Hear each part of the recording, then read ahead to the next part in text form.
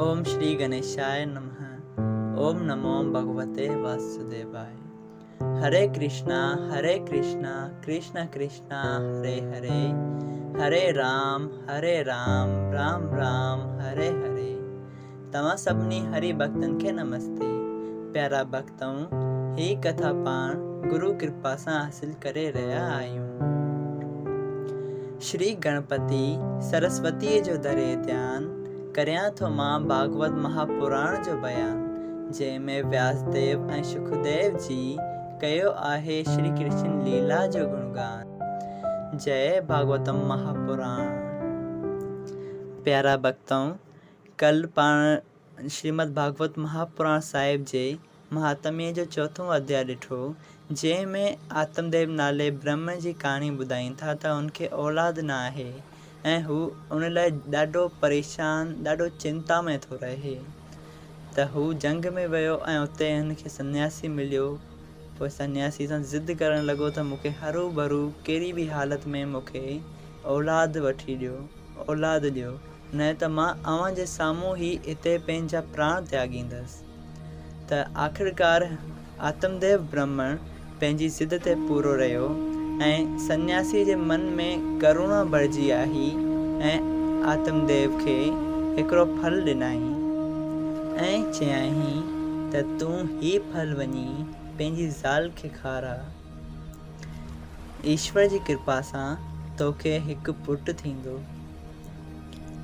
जॾहिं उहो महापुरुष फल ॾेई रवानो थियो, तॾहिं हू पंडित उतां उथियो ऐं घर पहुचंदे शर्त उहो फल पंहिंजी ज़ाल खे ॾिनई ऐं चयाईं, हिन जे खाइण सां तोखे पुटु थींदो। इहा ॻाल्हि चई ब्राह्मण ॿाहिरि निकिरी वियो ऐं एतिरी में उन ब्राह्मणी वटि संदसि हिकिड़ी सहेली आई, जंहिंखे चयाईं, ही फल मुंहिंजे स्वामी पुटु पैदा थियण लाइ मूंखे आणे ॾिनो आहे, पर मां गर्भ मतिलबु त पेटसी नथी थियणु चाहियां, तंहिं लाइ आउं ही फल कोन खाईंदसि। छाकाणि त गर्भ वारी स्त्रीअ जो जी दुखी रहंदड़ आहे ऐं उन खां खाधो खाइणु न पुॼंदो आहे। गर्भ रहण करे उथणु वेहणु ॾुखियो लॻंदो आहे, करे मां उथंदसि वेहंदसि न त मूंखे घर में अंदरि रहणो पवंदो ऐं पंहिंजी सहेली दोस्तनि खां परे रहणो पवंदो।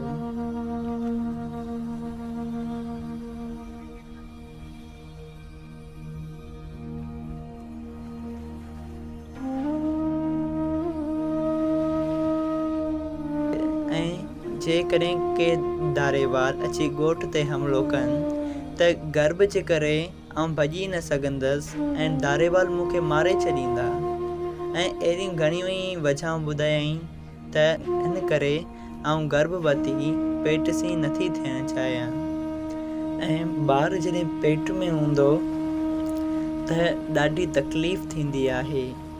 हाय हाय, आउं एतिरो ॾुख कीअं सहंदसि।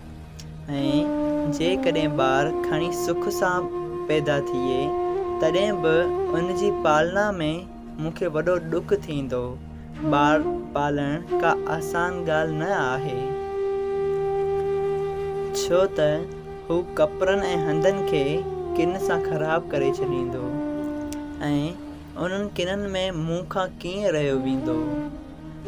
उन्हनि सभिनी दुखनि खां बिना औलाद हुअणु चङो आहे, जंहिंमें गर्भ जो ॾुख त सहणो नथो पवे।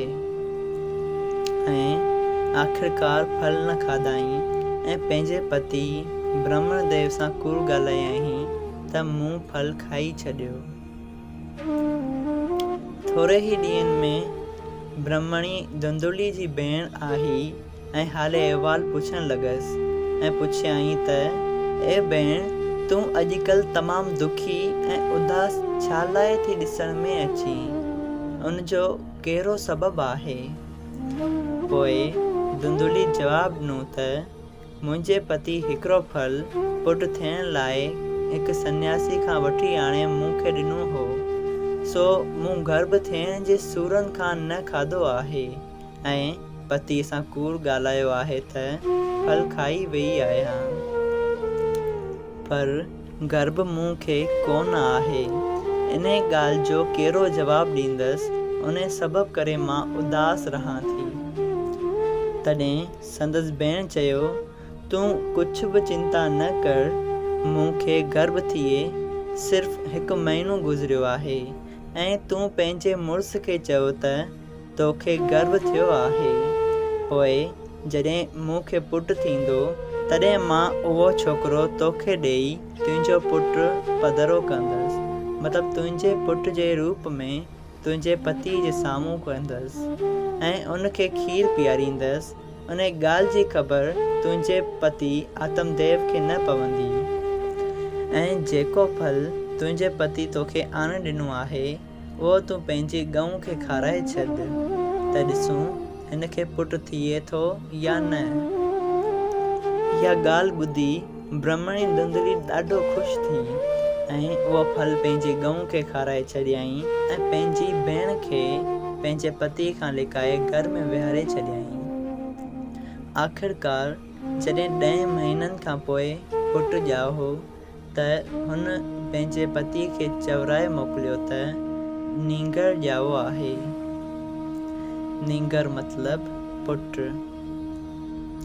इहा ॻाल्हि ॿुधंदे ई ब्राह्मण तमामु ख़ुशि थियो ऐं मंगलाचार करे ब्राह्मणनि फ़क़ीरनि ऐं ग़रीबनि खे घणो दान ऐं दक्षिणा ॾिनाई। धुंधली ब्राह्मणी आतमदेव खे चयो, मूंखे छातीअ मां खीर नथो अचे ऐं मुंहिंजी भेण खे खीर घणो आहे, छो त हुनजो पुटु फ़क़ति 6 महीननि जो मस थियो जो मरी वियो। अगरि अव्हां आज्ञा करियो त मां पंहिंजी भेण खे नींगर जी परवरिश लाइ हिते घुरायां। ब्राह्मण चयो, चङो, छोकिरे जी कंहिं बि रीति पालना थियणु घुरिजे। तॾहिं ब्राह्मणी पंहिंजी भेण खे ज़ाहिरु कयो, जंहिं अची छोकिरे खे खीर पीआरियो। ब्राह्मण पंहिंजे छोकर जो नालो धुंधकारी रखियो।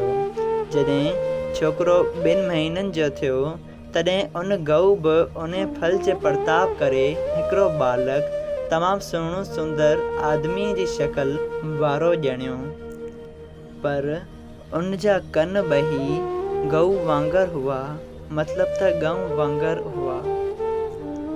पंहिंजी गऊ खे ॿारु ॼणींदे ॾिसी ब्राह्मण ॾाढो ख़ुशि थियो ऐं ख़ुशीअ मां संदसि नालो गऊ करण रखियो, मतिलबु त गऊ जी कननि वारो, ऐं ॿिन्ही खे पंहिंजो पुटु सम्झी ॿिन्ही जी चङी रीति पालना करणु लॻो। आख़िर कुझु ॾींहंनि खां पोइ 2 नींगर वॾा थिया। 3 मां गऊ करण दयावान, वॾो पंडित ऐं धर्मात्मा ब्राह्मण थियो ऐं धुंधकारी तमामु घणो मूर्ख, चोर, जुवारी, अधर्मी थियो ऐं ख़राब ऐं खोटा कर्म करणु लॻो। पराई स्त्रीअ जे संग में माता पिता जी सभु दौलत खयाईं, एतिरे क़दुरु जो पंहिंजे माइटनि खे मारे करे कपिड़ा ऐं बर्तन विकिणी उहे सभु पैसा उन पर स्त्री वेश्या खे ॾिनाही। ब्राह्मण पंहिंजे पुट जा अहिड़ा अफ़ाल ॾिसी रोई चवणु लॻो, अहिड़ो अधर्मी पुटु जो मूंखे दुख थो ॾिए, उन जे न हुअण खां सवाइ मां चङो हुअसि। हाणे त आतमदेव ब्राह्मण जीअण खां मरण बहितर थे सम्झियो, जंहिं करे हू वॾनि कष्टनि ऐं ॾुखनि खां छुटी पवे हा।